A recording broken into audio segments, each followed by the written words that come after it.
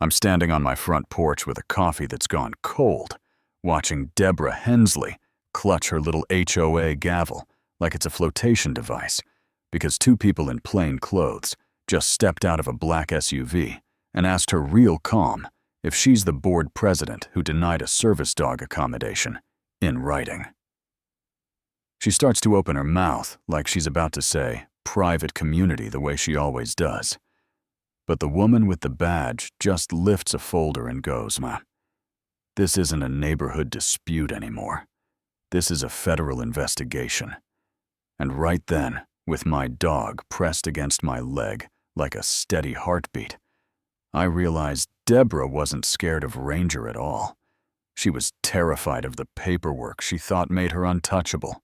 8 weeks earlier, I was still dumb enough to believe I could buy peace the way you buy a house sign.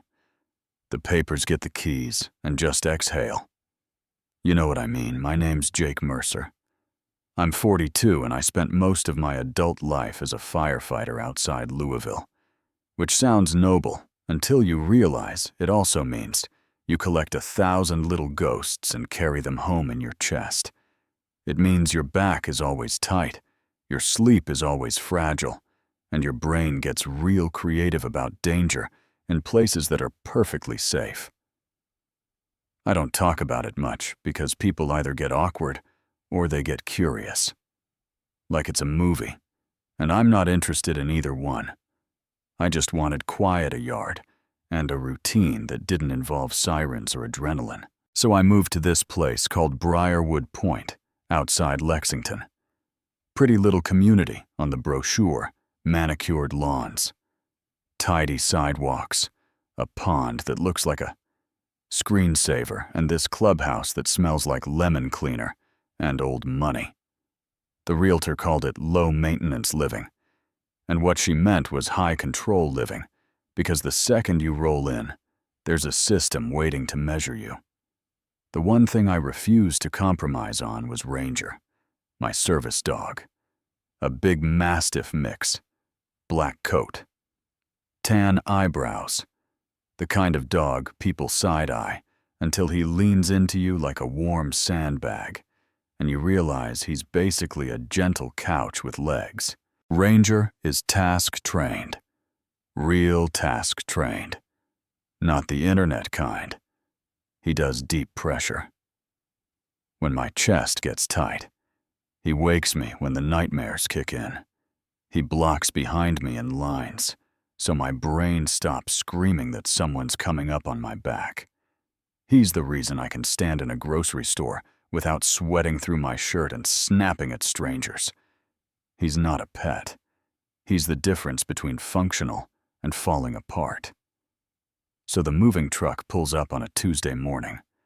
I'm still wrestling with the ramp latch, and I hear this soft electric hum like a golf cart gliding up with purpose, and I turn and see it stop perfectly parallel to my driveway, like it's lining up for surgery. The driver sits there a beat, checking her lipstick in the mirror like she's about to step on stage. Then she hops out with a clipboard held like a weapon. Late 50s bright patterned blouse, white sneakers that have never seen mud tight. Smile that doesn't reach her eyes. I'm still trying to be normal. Still trying to be the guy who waves at neighbors. So I go, "Good morning. I'm Jake. Just moved in." And she doesn't say welcome. She scans my driveway, my lawn, my truck like she's inspecting a crime scene. She taps her pen at an oil stain that was there when I bought the place and says, "Section 4.3, driveways must be free of discoloration. You have 24 hours to remediate, and I just blink because who talks like that at 10 in the morning? I say, "Ma'am, I got here an hour ago," and she makes a mark on her clipboard anyway, like my timeline doesn't matter. Then she puffs up a little, like she's about to deliver a verdict, and goes, "Deborah Hensley, HOA president. We work very hard to maintain property values in Briarwood Point." And she glances at my moving truck like it personally offended her. Commercial vehicles cannot be parked overnight. That monstrosity needs to be gone by 6. I tell her it's a rental, and it'll be gone tonight. Trying to stay polite, because at that point, I still believed this was just a cranky neighbor with too much time. She nods like she's granting me mercy. And right then, Ranger hops down from the passenger seat. Heavy paws on pavement stretches like he owns the morning, and Deborah freezes. Like someone hit pause. Her eyes go wide. She clutches the clipboard to her chest, and she whispers, "What, is that like I brought home a bear?" I rub Ranger's head at and go, "That's Ranger, he's my dog." And she snaps back to loud. "That is not allowed. We have a strict weight limit. 45 pounds, and that breed type is considered dangerous. Pit bulls, Rottweilers, Mastiffs, anything intimidating, we don't allow it." I feel my ribcage heat up that old reflex, that firefighter focus, that turns fear into control. But I swallow it down. And I say, "He's a service dog. Task-trained, protected under federal law." And she laughs. This dry little bark of a laugh. Oh, please, and everyone tries that emotional support. Peacock's therapy snakes. Not here. You signed the covenants at closing. Mr. Mercer contract is a contract. I tell her steady federal law overrides HOA bylaws. I'll email the management company the documentation today. And she steps closer, pointing her pen at Ranger like she might poke him. If that animal is still here at 5, I will call animal control, and starting tonight, you will be fined $600 per day. We do not negotiate with rule breakers. Then she spins on her heel and marches back to her cart, like she just won something. I stand there, watching her glide away at 12 miles an hour. Ranger nudges my hand. "Like you good," and I look down at him and go, "Buddy, I think we just met our villain, and I wish I was joking. But yeah, that happened." That afternoon, I do exactly what I promised. I sit at my kitchen counter surrounded by boxes. I write a polite email to the property management company, attach my doctor's letter, the training summary, the vaccination records, all the boring stuff you're allowed to ask for. Subject line, service animal documentation. 87 Hawthorne Lane. I hit send, and for a brief, stupid second, I believe logic might show up somewhere in the chain. At 5:12 p.m., a private security guy in a uniform that looks like it came from a Halloween store tapes an envelope to my front door and hustles back to his car like he's afraid paper can bite. The notice is on thick cream stationery with the Briarwood Point logo, little tree fancy font, and it says violation possession of prohibited animal fine, $600 remedy, remove animal within 24 hours, and then the line that makes my stomach drop. The board does not recognize psychiatric service animals as an exemption. I'm standing in my empty kitchen, listening to Ranger chew his toy. Like nothing is wrong. And I'm staring at that sentence, realizing this isn't a misunderstanding. It's confidence. It's somebody looking straight at federal law and going. The next morning at 6:04 a.m., Deborah is on the sidewalk outside my house with a man holding a camera the size of a small missile, and she doesn't knock. She announces like a town crier, documenting non-compliance. Ranger and I step into my yard on his leash. The camera guy starts snapping pictures like we're celebrities in a scandal, and Deborah yells, "That is an unauthorized discharge of waste." Section 7.2, while I'm literally holding a bag and picking it up in real time. I say I'm picking it up, it's happening right now. And she narrows her eyes like she's looking for a way to make that illegal too. Your tone is aggressive. That's another violation. From there, it turns into what I can only describe as suburban paper terrorism. Every day, Moore slips $150 for a trash can. Being visible, even though I hadn't even figured out trash pickup yet. 7 for improper window treatments, because I taped a sheet, while I unpacked 200 for unauthorized noise, because I dropped a toolbox in my garage at noon, and every single morning, like a cruel little sunrise, another $600 fine for Ranger. After 4 days, the total is over $3,000, and Deborah starts using words like lien and foreclosure in emails, the way normal people talk about weather. She sees half the neighborhood. She posts community updates, like she's warning them about a hurricane. And I start feeling eyes on me every time I step outside. I'm not gonna lie.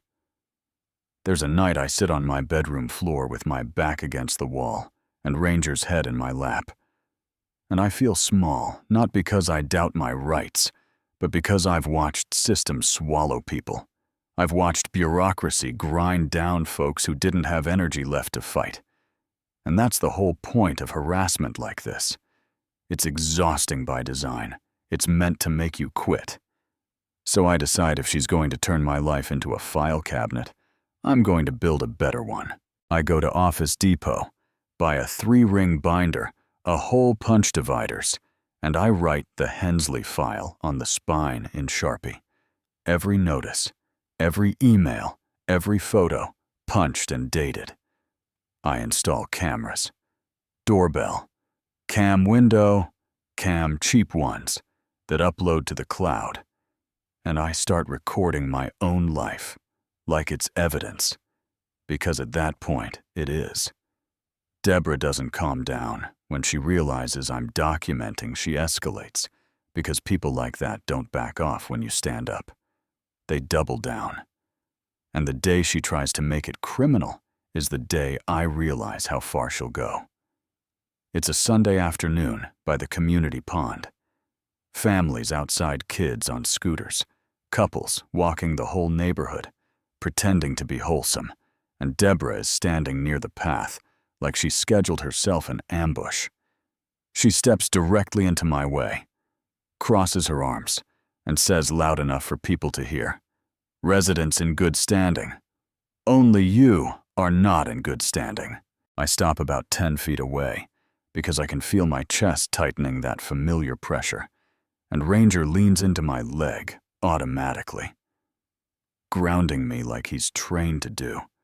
I keep my voice low, and I say, "Deborah, move. This is a public path." And she tilts her head and smiles like a cat.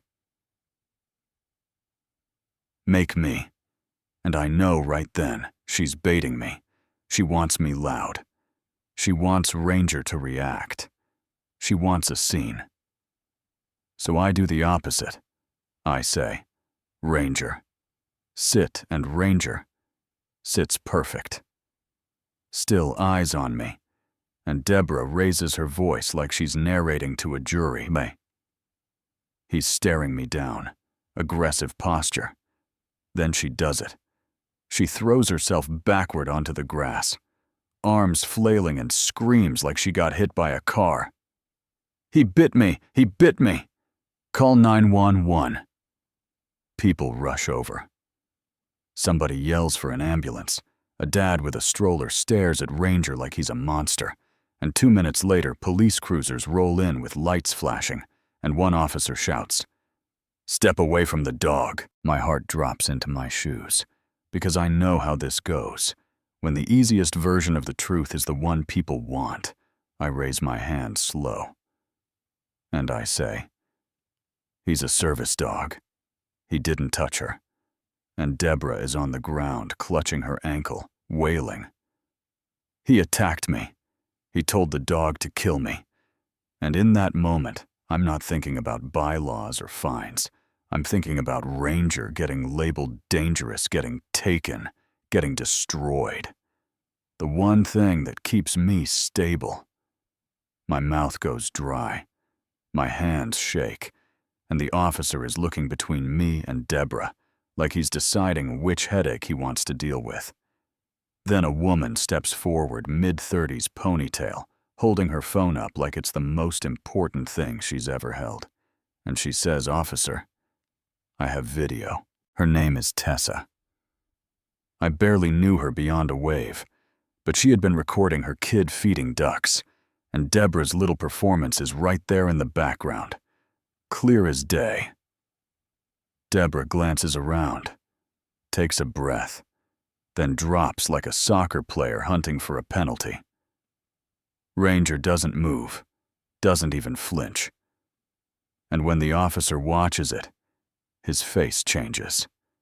He walks over to Deborah and says flat as stone, "Ma'am, stand up." Deborah wails.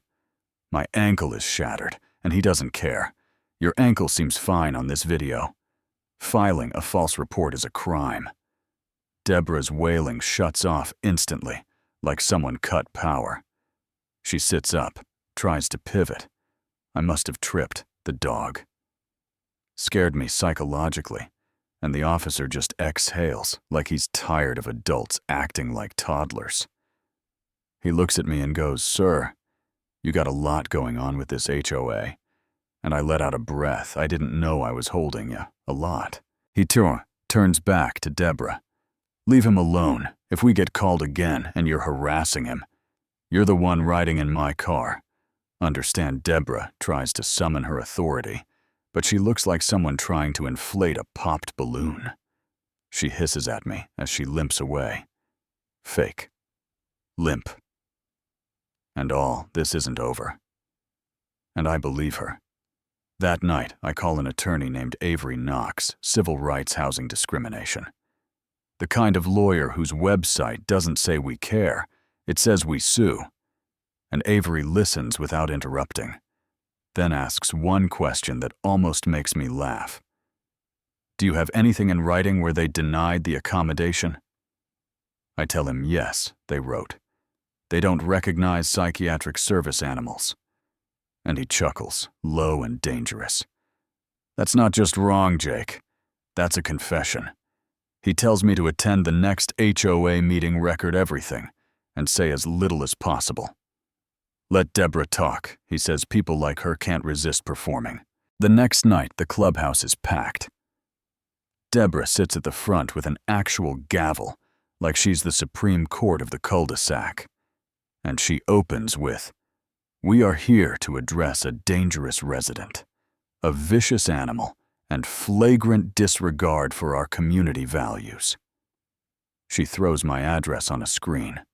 She says, "Property values." Like it's a religion, then she looks straight at me and says into a microphone, "We do not accommodate mental issues as an excuse to break rules." You could feel the room shift, like even people who didn't like me knew that sounded ugly. One board member clears his throat, like he wants to stop the train. But Deborah steamrolls him, pushes through a vote. To increase fines, authorize a lien, and issue a removal order for Ranger, and she ends by pointing her pen at me and saying, "You have 24 hours, or we begin foreclosure."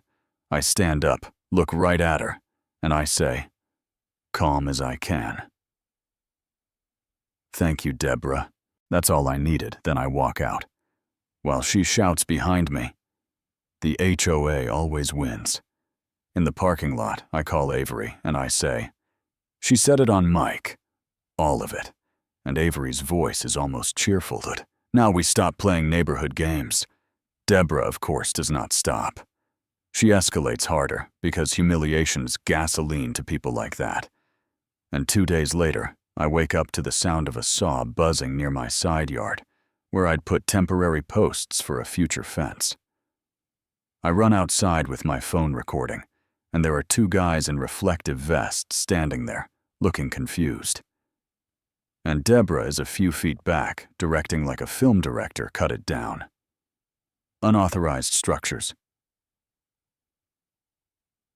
Property. One worker looks at Deborah, then at me, then at Ranger, sitting steady at my side, and you can see him doing the math on whether this is worth jail, and he goes, "Lady, you didn't say anything about this being disputed." And Deborah shrieks, I'm the HOA president. And the guy shrugs. Cool, I'm not going to prison for your hobby kills. The saw walks away. Deborah's face goes purple. She whips out her phone and starts tapping furiously, and I nod once and say quiet. Good. Check your inbox while you're at it. She frowns. What? I say it again. Check your email, and she does. And I watch her face drain from angry red to pale, sick fear. As she scrolls, reads. Scrolls again. Hands shaking now, not with rage, but with panic. This is fake, she whispers. And I just say the truth, like a weight-dropping Deborah. You're being investigated for disability discrimination and retaliation. Federal, not HOA. She backs up like she might trip again, then turns and walks away without another word. And honestly, that would have been enough for me. But the next morning at 9:18 a.m., the black SUVs roll in slow and deliberate, like they have all the time in the world. 2 investigators step out, followed by a third with a briefcase, and one of them, a woman with sharp glasses and a calm face, walks up my driveway and says, "Mr. Mercer." I say yes, throat tight, and she flashes a badge. "Agent Monroe, Housing and Civil Enforcement. We received your complaint." She glances at Ranger resting by the door. "Is that the service animal in question?" I say yes again. And she nods once, then looks across the street at Deborah's house like she's looking at a destination, not a threat. "And that's Ms. Hensley," she says, not asking. Then she turns to her team and says, like she's ordering lunch, "We need every denial letter, every fine ledger, and every meeting minute for the last 5 years." And then she walks across the street and knocks on Deborah's door. Deborah opens it a crack, face tight, eyes darting, and Agent Monroe speaks calmly. Loud enough the street can hear a Miss Hensley. "Are you the HOA president who denied a reasonable accommodation request?" Deborah tries to summon that old voice. "This is a private community. You need board permission." And Agent Monroe doesn't smile. "No, ma'am. We need your records.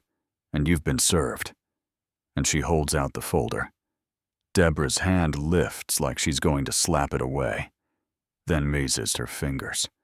Tremble, and the gavel she's tucked under her arm slips, hits the porch and rolls to a stop like a punchline.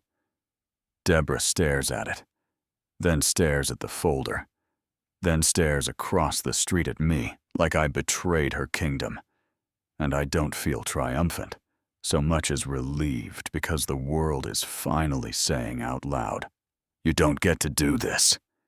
Agent Monroe adds, still calm, "From this moment forward, any retaliation against Mr. Mercer will be treated as interference with a federal investigation. Do you understand?" Deborah swallows, nods once, and opens the door wider. Not because she wants to, but because she has to. And that's the moment her power snaps. Not with sirens or handcuffs, but with badges, paperwork, and a system bigger than her clipboard. Here's the part people still fight about, though, because when federal investigations happen, it's not just the villain who feels the shockwave, it's everybody. And once word got out, the neighborhood started whispering about legal bills, about special assessments, about how we're all going to pay for this. And suddenly, some folks looked at me like I brought a hurricane to fix a leaky faucet. I heard it at the mailbox. I heard it in that fake friendly tone people use when they want you to feel guilty. "You really had to go federal. Why couldn't you just move?" Now we're all paying for it. And I've sat with that on my worst nights because I didn't want to torch a community. I wanted to live quietly with my dog and not get harassed for having a disability. So I'm genuinely asking you, because I know the comments are going to split on this. If a system lets one person weaponize rules against people with disabilities, and the only way to stop it is to drop the hammer so hard everyone feels it is that justice, Or is that collateral damage? Tell me what you think. Tell me if you would have fought like I did, or if you would have packed up and left, and if you've ever dealt with an HOA tyrant, a bully with a clipboard, or anyone who thought your life was their little rule book. I want your story too. Drop it in the comments, argue it out. Be real, and if you think Ranger and I earned this one the hard way, hit like, subscribe, and share this with someone who needs the reminder that private community does not mean above the law.